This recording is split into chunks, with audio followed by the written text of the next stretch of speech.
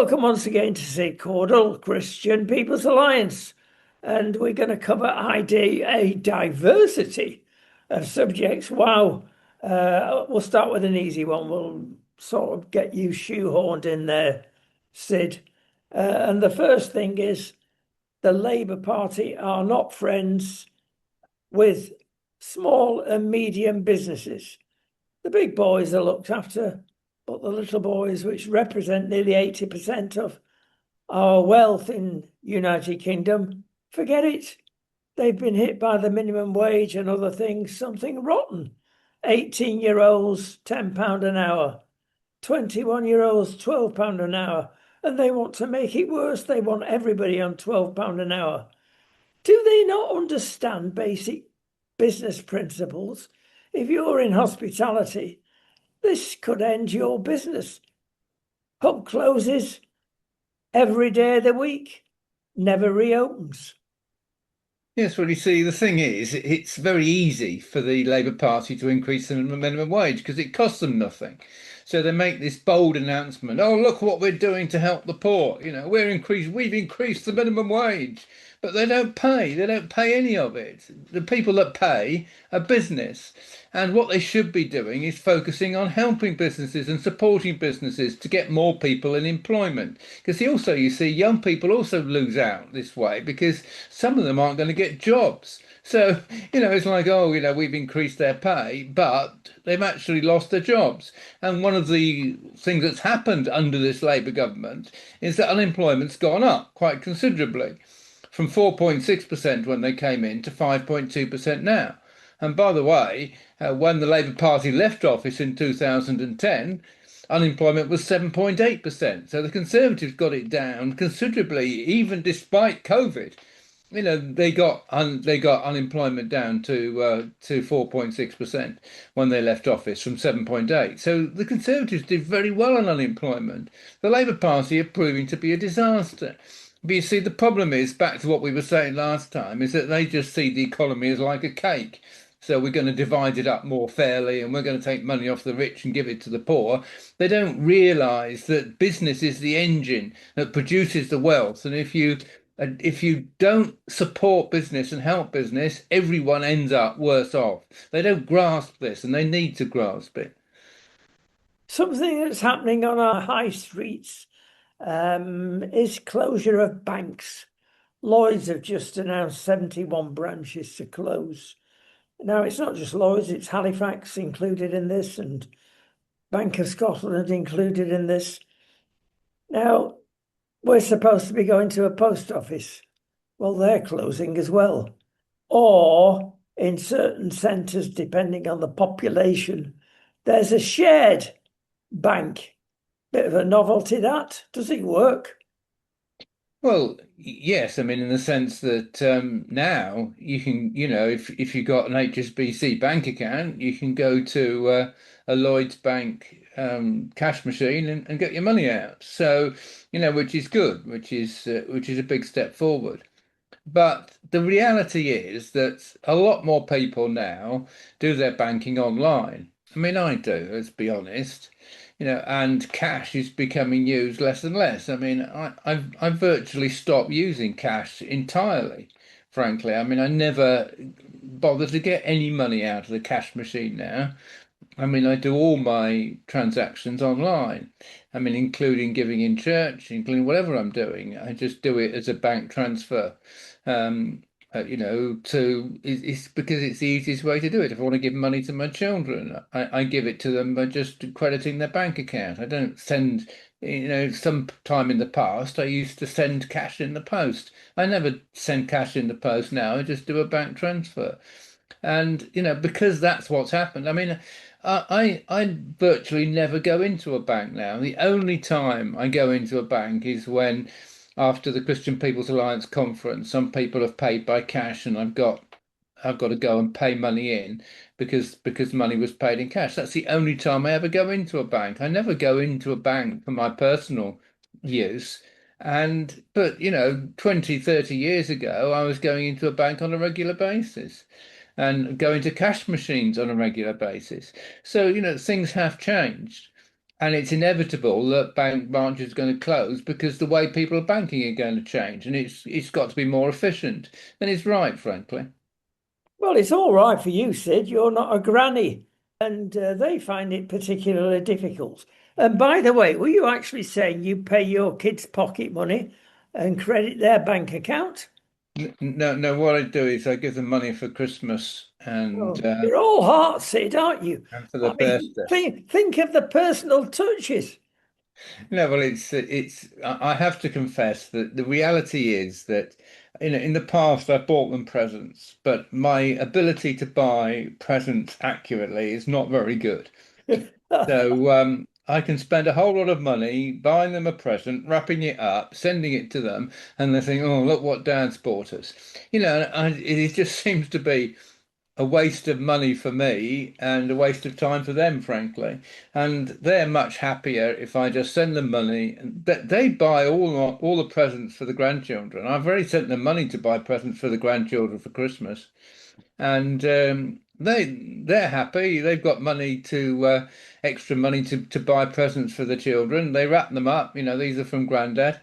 And the children love it because they've got what they want. I'm happy because I haven't got to spend loads of time going around shopping for the grandchildren. My children are happy because they're buying what they want. So we're all happy. Oh, so do you remember the days when we used to hang the stockings at the foot of the bed, and we got full of nuts? Or did you not do that in the south? Tangerines, little trinkets, and that was part of the excitement. I mentioned that because I've come to solve your problems, and that is buy some silly socks and put tangerines in them. There's your answer. No, well, obviously, when my children were young, that's what I used to do. But there's a big difference between doing things for your children and doing things for your grandchildren. What I mean? And obviously, my children are now uh, 37, 39, 41. It's like they're not of an age where they want a stocking at the bottom of their bed, but my grandchildren do. And it's I want to give my grandchildren lots of fun, but the best way I can give them lots of fun is by sending my children money to buy them presents. And by the way, I do take them out, and I took them out in the summer to an amusement park. It's Granddad pays for everything, and they love it. And in the winter, it's for my birthday, which is 2nd of January, we normally go out as well, everyone together. All my grandchildren, with Granddad pays for everything. And it's nice. I think it's something the grandchildren remember, when they go out with Granddad. It's so yeah, I do my bit. There you go. Well, he is all heart after all, and I better not start that regime because I'd be bankrupt in 5 minutes with all our brood. Having said that, yes, um, let's dig. So we're solving the world's population problem then between us. Well, that's what they say. I remember in the good old days, Sid. I was very naughty. Because we had 7 children, all of which, and we still have 7 children, are boys, and they used to trail behind us walking down the street. And quite often, we used to get people coming into us, and we got fed up eventually, and saying, "Are you Roman Catholics?" And I got one day I'd had enough. No, we're oversexed Protestants, and that stopped it. Right, How we many moved. grandchildren have you got then? Oh, we've got great grandchildren. Really? Wow. I said, there's over children, grandchildren, and great grandchildren are about 20. Oof, Yeah, you wow. would be bankrupt. You're quite right. We move swiftly on. Um, Sid, the UK reputation Hmm, has shot to bits, hmm, and that's coming from serious people all over the world. What they hmm. mean? Well, they mean the following. Rachel Reeves and Sir Keir cannot cope. We've got institutions that fail us. The Treasury is a joke. The Bank of England is a joke. And the OBR is a double joke. And people are thinking, what has happened to this great country and its institutions? But today there are serious talks, and we've mentioned this on a number of occasions, about Sir Keir and his first lieutenant stepping down. They cannot go on like this. They're lining up three people.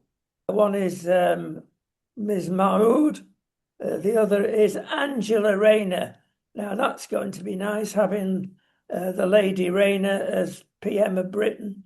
And the other course is the ambitious Wes Streeting. Who do you choose out of that lot? Well, the answer would be none of them. But, you've raised a lot of issues there. First of all, if we can just say for the OBR and the Bank of England, I mean, they're supposedly independent.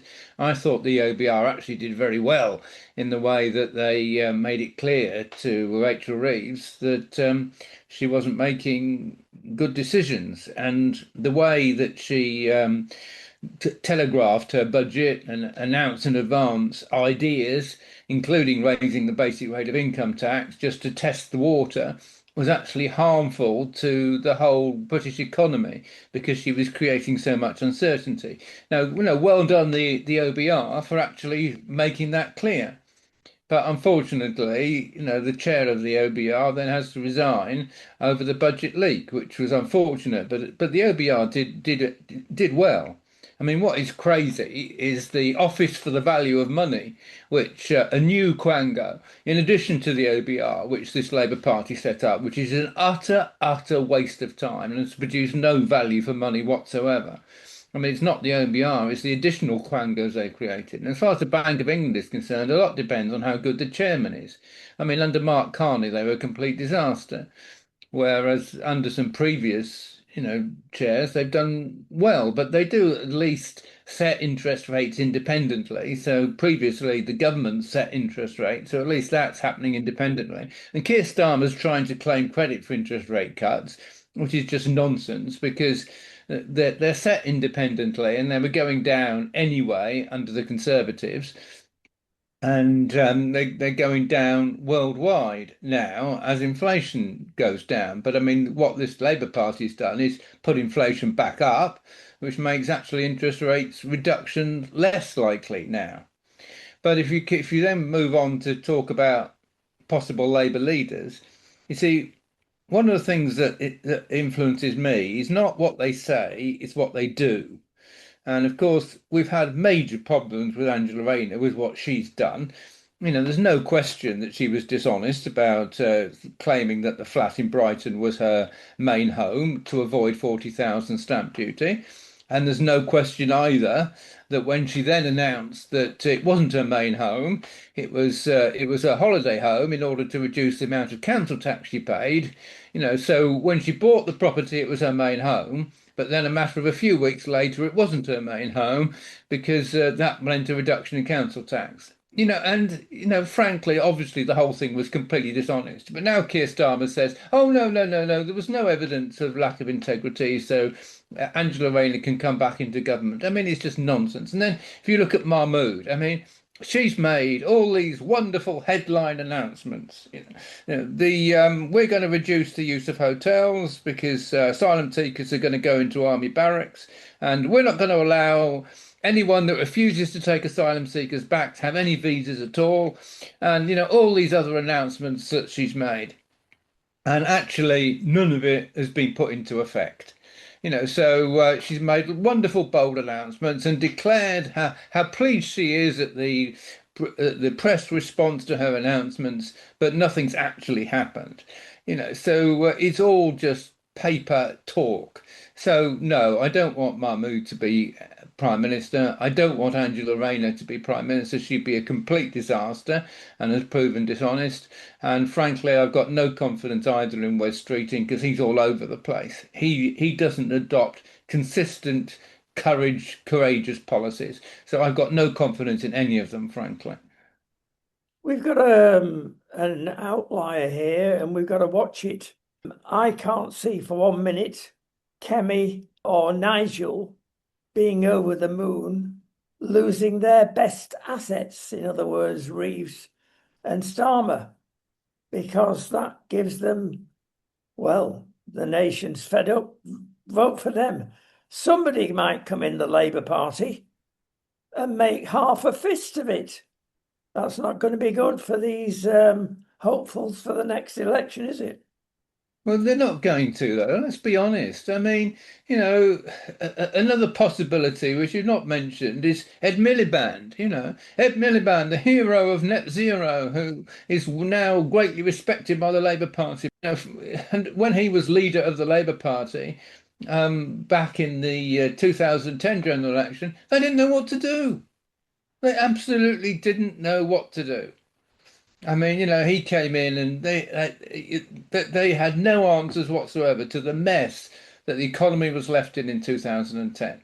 So not surprising he didn't get elected leader in 2015, elected prime minister, I mean, in 2015, because he didn't have the answers. So he's got no answer now, frankly, to the economic problems that the country faces. And I remember him saying that even if we call a referendum over the European Union, all investment in Britain will stop. It'll be an economic disaster just calling a referendum, let alone actually leaving. And of course, if we actually leave, we're going to lose 3 million jobs. This was all Ed Miliband.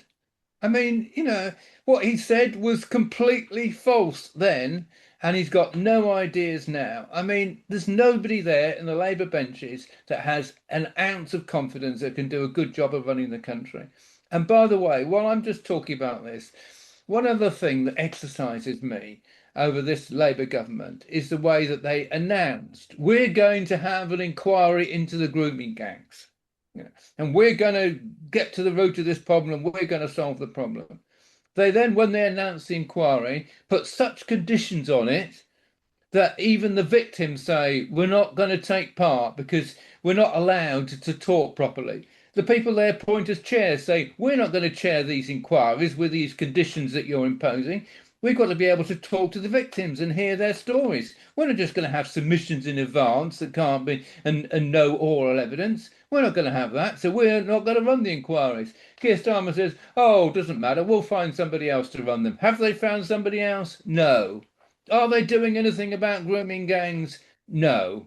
It's all talk, no action. Well, it's something we must discuss. Charlie Peters on GB News this morning really hammered a nail into the shadow. This is the Tory shadow. And he said, hang on, we realise what Labour's up to. What have you been up to for donkey's years? Have you ever got together in a cross-party session and say, come on, this needs sorting out? And of course, we got a strange political answer. Eventually, he said, in other words, no. Therefore, Sid, are the Tories just as guilty as Labour? Okay, so if we're talking about grooming gangs, the Conservatives did have some local inquiries which they put in place in Rotherham and Oldham, which did take evidence and did actually bring things to light. But we needed a national grooming inquiry. And yes, the Conservatives didn't have a national grooming inquiry, which we should have. But the fault initially was, frankly, the fault of the police, because the police were scared to get to grips with what was under their noses because they didn't want to do anything against the Islamic community, which unfortunately is where most of the grooming gangs are coming from. So they didn't want to involve themselves with that community, so they'd rather just turn a blind eye. That's the reality. That's what was behind it. The Conservative Party did start to get to grips with it, but they didn't go far enough. Well, it's unconscionable, this, Sid. It really is. You think of the cover-up between the mayoral things on the south coast of England. That's clearly dodgy. This has been dodgy for years, and they want to get some votes from the Islamic community, especially the Labour Party, and to some extent, indeed, the Tory party.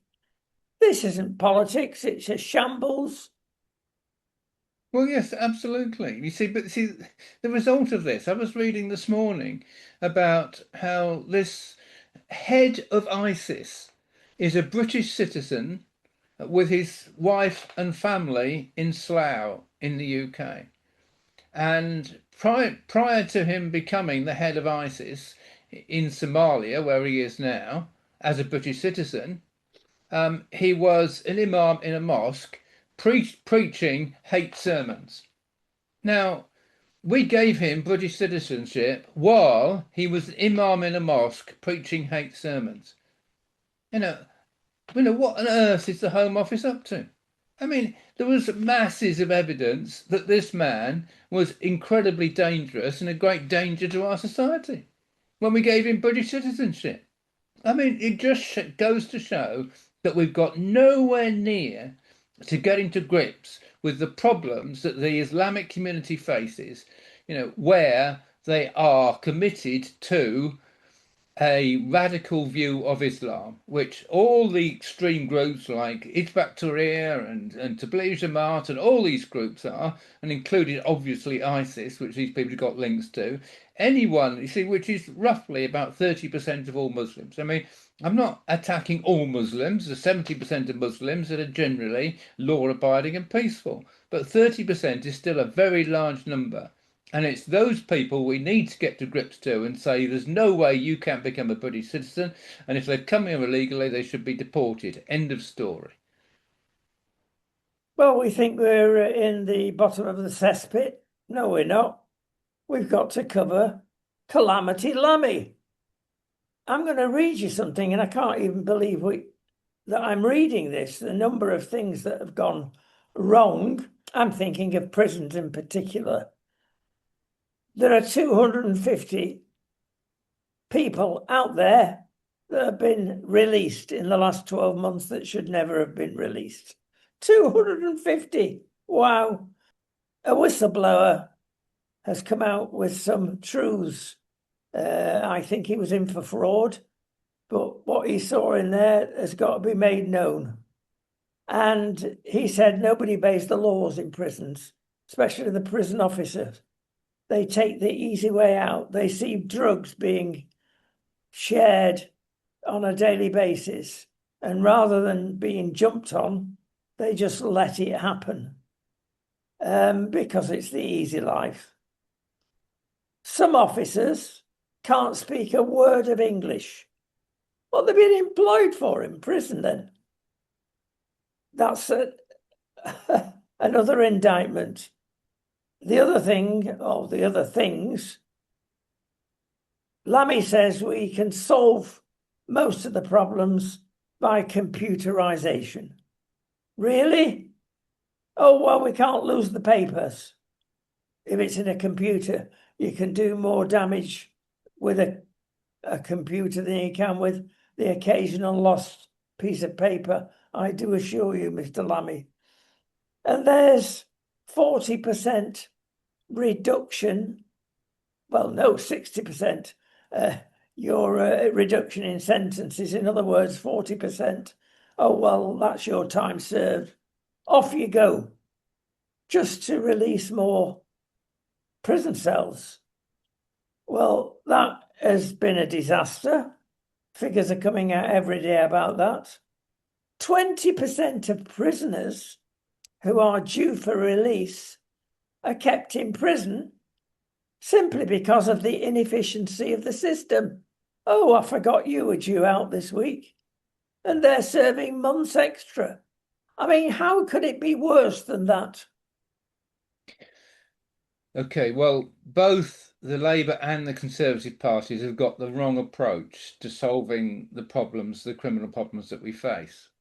See, the Conservative answer is build more prisons, which they didn't because they didn't have much money. But that's their policy. Their policy is say build more prisons. If we build more prisons, we'll have more places. We'll deal with the overcrowding. We'll solve the problems. The Labour Party solution is let people out early, as you say. So instead of making people serve 50% of their sentences, we make them serve 40%. Now, the problem with that is that when you let people out early, you're not giving them any help and support when they come out. So there's nothing in place. So a lot of these people are letting out early, they just let out onto the streets.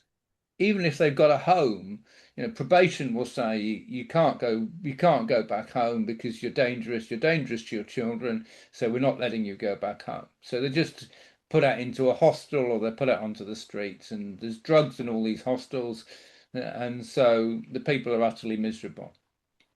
So there's no support.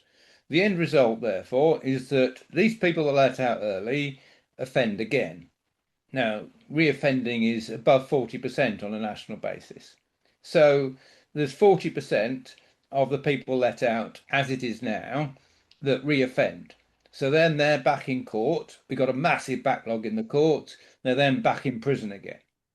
So what have we achieved? Nothing. And then, of course, you've also got all the victims of the crime. So all the victims are the people that have let out early, reoffend, back in court, back in prison. But, there's a victim who's been a victim of the crime.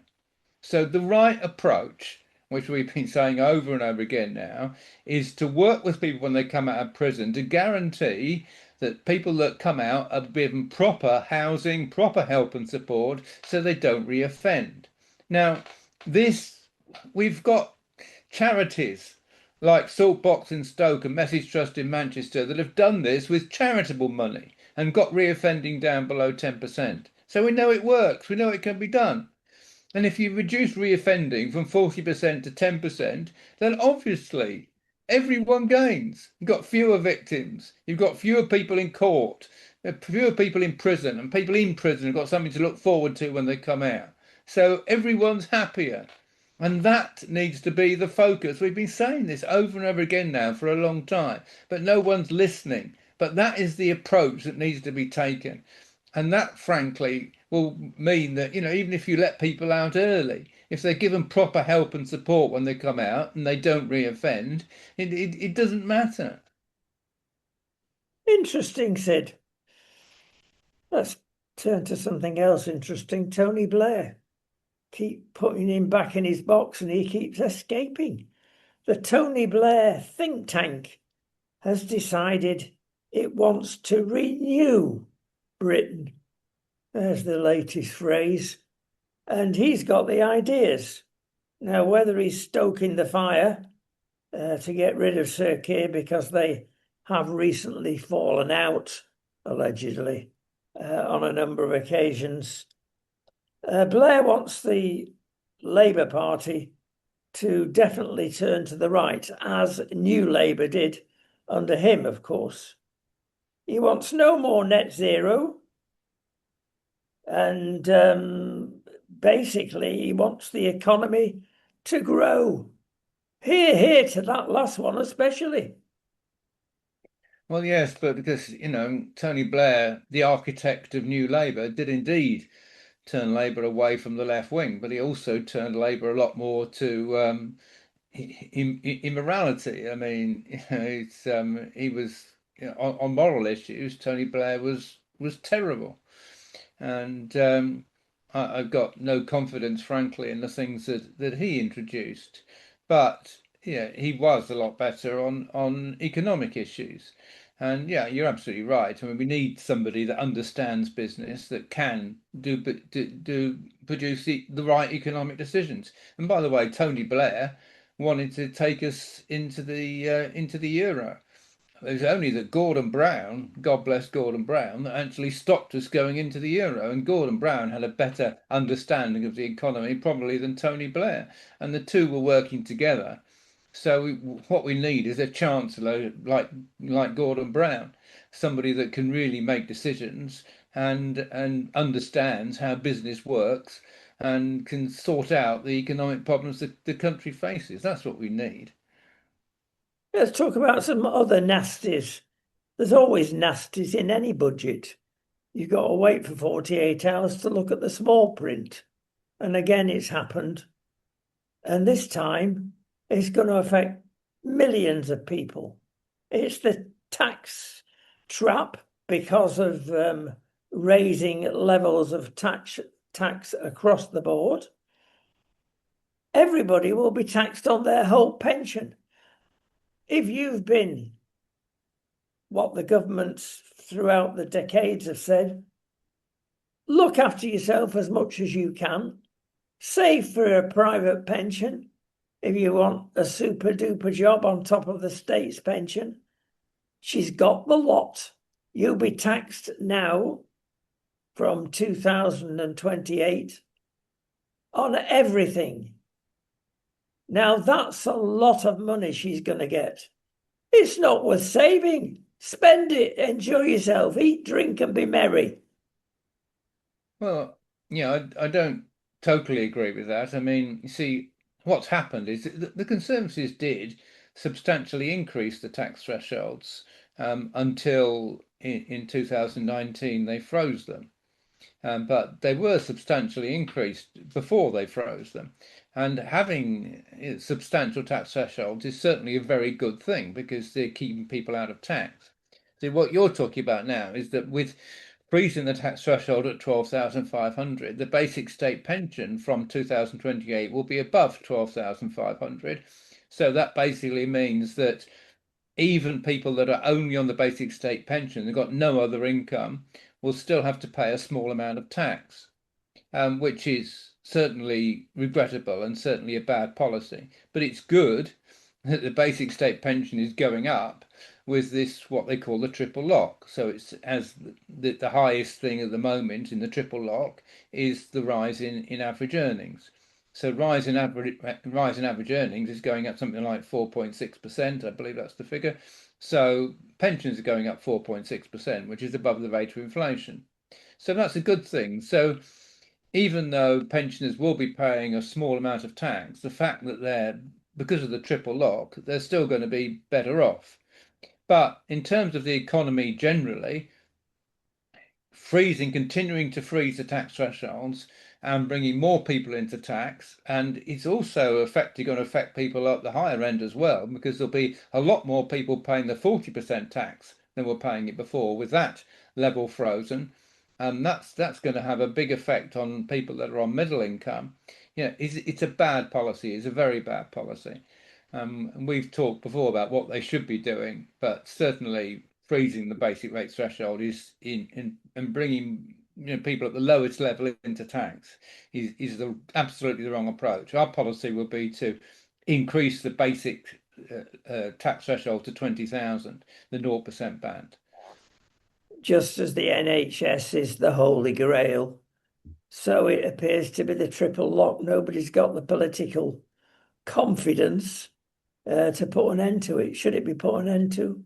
No, no, absolutely not. The triple lock is a good thing. I've told you how we should save money over and over again. I mean, it's quangos with spending's gone up now by over 200 billion in real terms. I mean, it's just ridiculous. It's absolutely crazy.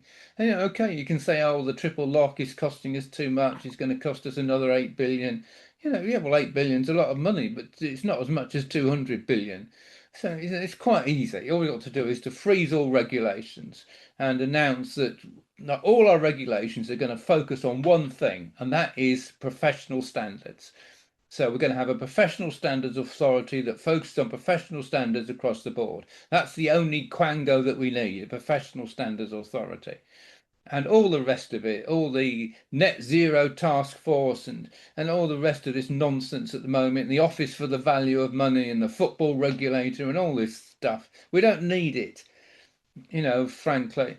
And we'll just get rid of them all. I mean, there's 560 quangos, 28 health quangos, all of which are criticizing each other half the time, and not one of them treats a single patient. 12 education quangos, not one of whom teaches a single child. I mean, it's all promoting left-wing nonsense in society.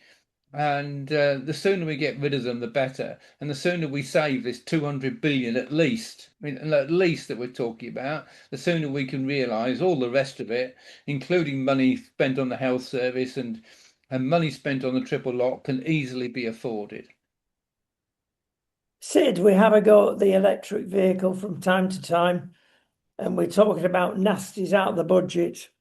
if you've got a hybrid, which is distinctly, in my humble opinion, superior, you've not got range panic, and it seems to be taking off no longer overnight car prices.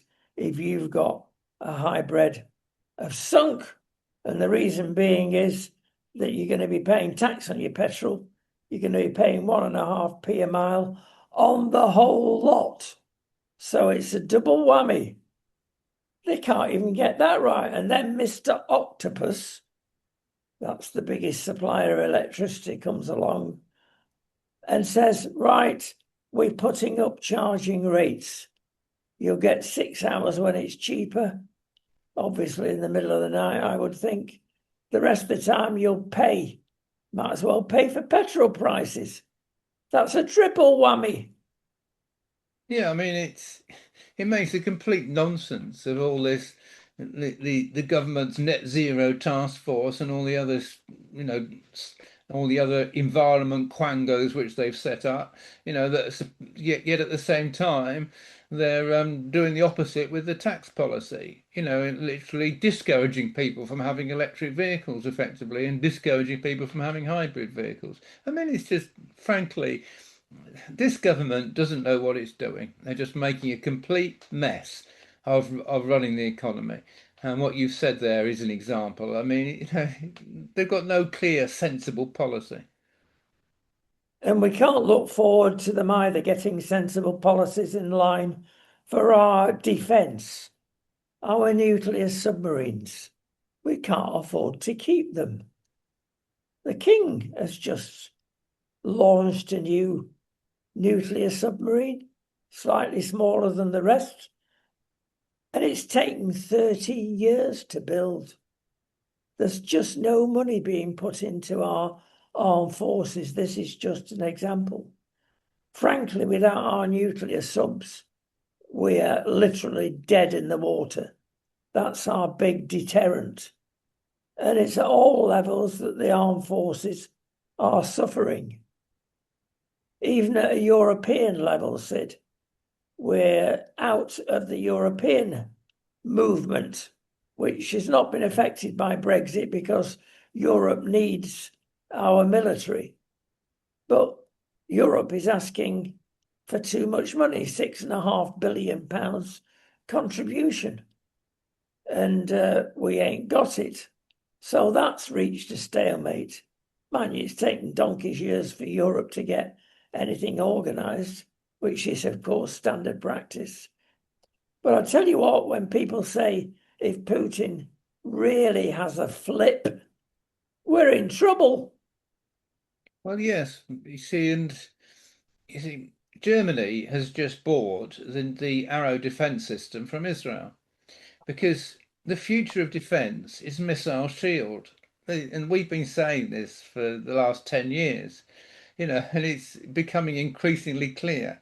Russia is threatening to send missiles to British cities. See, and what we need is not, well, if you send a missile to London, we'll send a missile to Moscow. I mean, that is not going to stop, I'm afraid, the extremists that are now in control of nuclear weapons. They believe that they've got missile defense and they can stop any missile that we might fire at Moscow, but they can get their missile through because we haven't got the missile defense we need. I mean, it may be that laser defense systems will help, but we should have a proper missile defense system so that any missiles fired from Russia at any British cities can be intercepted in the air and stopped. That's, we haven't got it. We haven't got it. That's what we need. Israel has shown, Ukraine has shown that the right approach is missile defense. It's not threatening your aggressor. I mean, that's part of it, but that's not the only thing to do. Even in this last night, Ukraine shot down, 90% of the drones that Russia sent over. It's that's the future of warfare, and it's clear. It seems clear.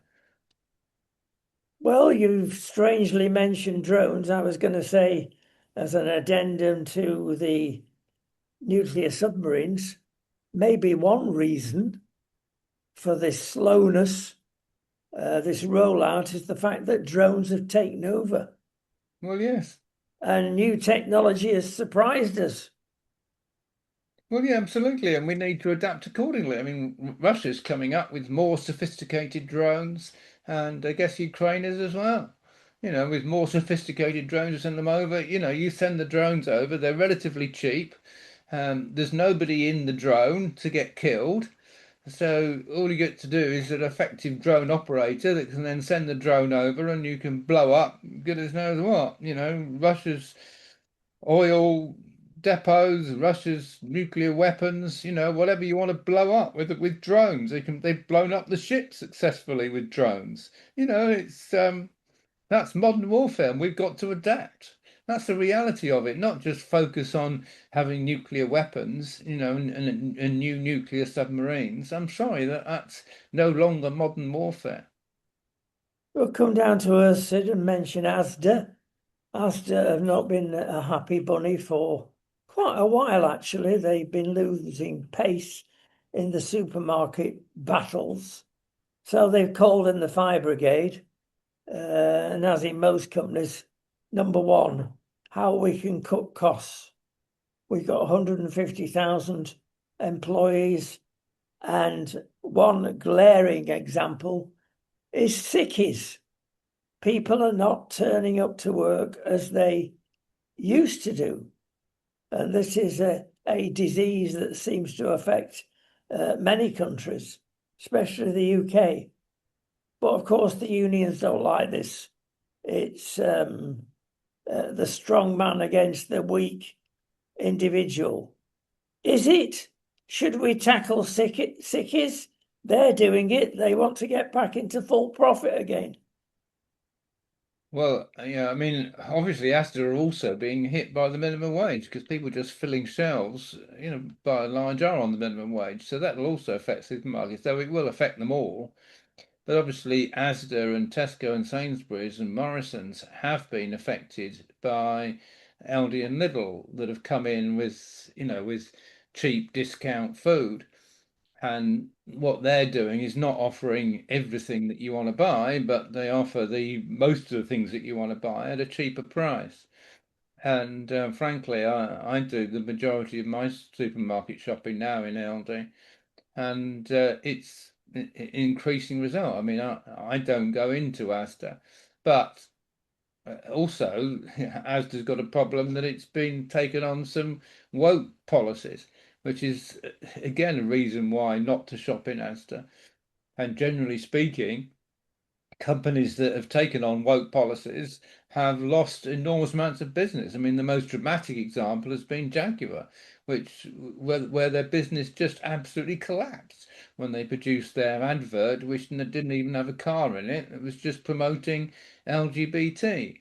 And the person that actually launched that is now being sacked by Jaguar because it's had such a terrible effect on the business. But everyone should take notice. If you go down that route, then you'll lose business. You will indeed. And as we're talking about culture, we've got to mention the BBC again. Sid, they just don't get it. The people that remain there, mainly, news guys, don't see that they've done anything wrong, even when it's be as blatant as the Trump fiddling around with the edit. They still don't get it. And they won't change, Sid. It's not sufficient to get rid of the two at the top. It's got to be far deeper. It's got to be a complete clean out. It's got to be sold to a private person, perhaps. Yeah, I think that probably is the right solution. I mean, because we've got to get rid of the BBC license fee. There's no question because it's past its use by date. I mean, there may have been a time in the past when most people watch the BBC. That's where they got their news from. But those days are past, and young people these days are increasingly not using any um, broadcast news media. They're getting their news from social media. So they don't even bother. I mean, increasingly young people aren't bothering with a BBC license fee because, as far as they're concerned, social media will tell them what they need to know. And yeah, I'm afraid that the BBC in its existing pattern has just got, the sooner it's stopped, the better, frankly. The thing that I personally object to is this Arab service. When that was first invented, many years ago, there was no Arab representation throughout the world practically. So you can see why the World Service got a channel for the Arabs. But it's loaded with information now. There's no need for that channel. Why should we, as taxpayers, be funding that awful Arab service that is hating Israel? No, you're absolutely right. I mean, there was a time when the BBC World Service was respected worldwide as a very good source of information, and where governments, in many countries will give propaganda, people would manage to get hold of the BBC World Service and find out exactly what was going on. But as the BBC World Service has become more and more woke and less reliable and producing, rather than the facts, producing an agenda, so it loses any value, frankly. And the BBC World Service is no longer respected in the way it was. And since it's no longer respected, why should we pay for it anymore? It's sad that it's come to this, but that's the reality, I'm afraid. Well, lastly, turn to sports, Sid. And hooray for Lando Norris. He's got very rich parents. £200 million. Oh, I'm going to retire and put my son in a Formula One car. Well, it's worked. Lots of people saying, oh, he's too nice to drive a Formula One car. Too much of a good guy. He should be like Max Verstappen. Well, there you go. He came through just. Yes, and yesterday it was Yuki Tsunoda who literally drove him off the road when he was trying to overtake in order to try and help his colleague Max Verstappen. But fortunately, the stewards actually penalised Tsunoda for the way he was driving and didn't penalise Norris for going off the road. But that decision could have gone the other way. And Yes. when he drove him off the road, it could have caused an accident, and Norris could have been out. So to that extent, yes, it was quite close. I do respect the way that Norris drives. I mean, he looks after his tyres in the early part of the race and expects them to come good later on. And if he can get out in front, he's shown that he can be a very fast driver. Piastri, though, has also shown himself to be an excellent driver this year. Certainly in the first part of the year when he actually had a significant lead in the World Championship. But it's interesting how he faded. I don't really quite know why he faded so much, but suddenly, as it got to the end of the season, Norris improved and Piastri seemed to get worse. What Verstappen did was frankly heroic, but it seems as though he didn't have the machinery in the first part of the year in order to compete. But then somehow Red Bull came good and produced a car that was apparently better than McLaren. And suddenly Verstappen started winning all the races.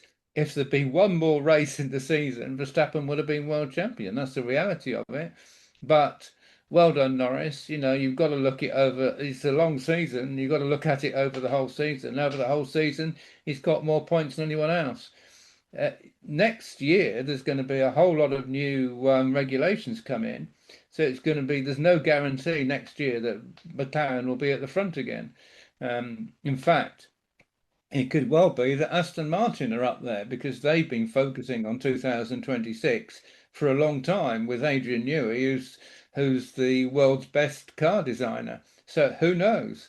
we could well find that suddenly Aston Martin are right at the front next year. But whoever it is, it's I do respect the way Lando Norris drives, and I think he's a tremendous world champion, and he's very popular in the paddock. So well done, Lando. Which moves us on to Crystal Palace, number 4, top four in the Premier League. Who'd have bet against that at the beginning of the season? Why are they not having the superstars, perhaps one, doing so well? Well, they've had a tremendous togetherness. They've got a very good manager, by the way, and they've had a tremendous togetherness in the team. And when they won the FA Cup last year over Man City in the final, that was a fantastic achievement. And the fact that they weren't allowed to compete in the Europa Cup, frankly, was a disgraceful decision. But they're in the conference, so they're in Europe. So yeah, if they'd have been in the Europa Cup, they'd have probably had a bit more money coming in, so they could have afforded to have better stars. But they've lost Eze. Eze's gone to Arsenal. Arsenal have been, bar their last match, which they lost, but otherwise they've been doing absolutely brilliantly. They've got a number of Christians in their team, and they said they've actually got 10 Christians that are meeting together and praying in the hotels before the matches.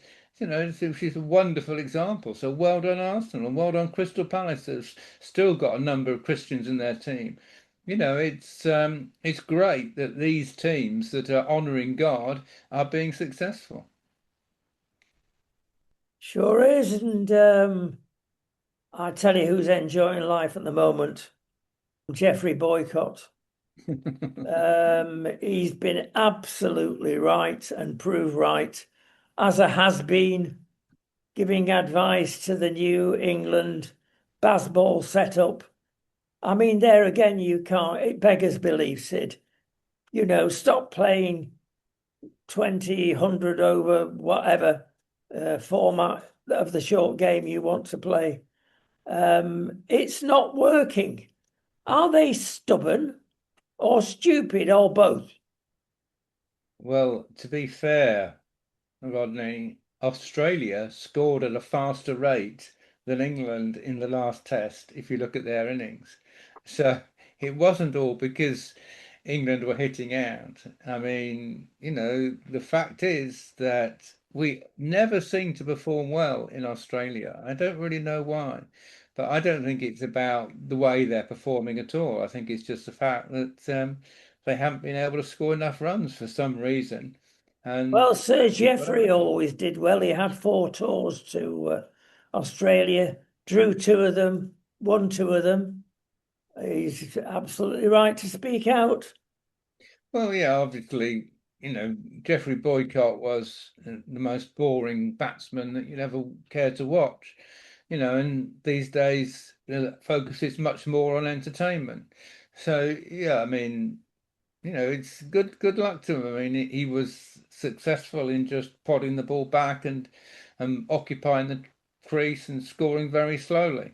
He was successful, but in modern cricket, Geoffrey Boycott wouldn't get very far, frankly. Yes, I think that sums it up nicely, which leaves us finally with Mo Salah, another overpaid footballer with attitude. He's been dropped from 3/4 matches, doesn't like it, thrown his toys out the pram, and virtually said, I'm going to Saudi Arabia. Yeah, good luck to him. Let him go. I mean, end of the day, Mohamed Salah was in the team in Liverpool at the beginning of the season. They started losing all the matches and they had to have a shake up. And Salah's got a bad attitude. He wants to go. And apparently, all the other Liverpool players want him to go anyway. So, it's the sooner he goes, the better, frankly. So there you are. We finish on a note of hope. Sid, it's been a joy. Thank you. We'll see you next week.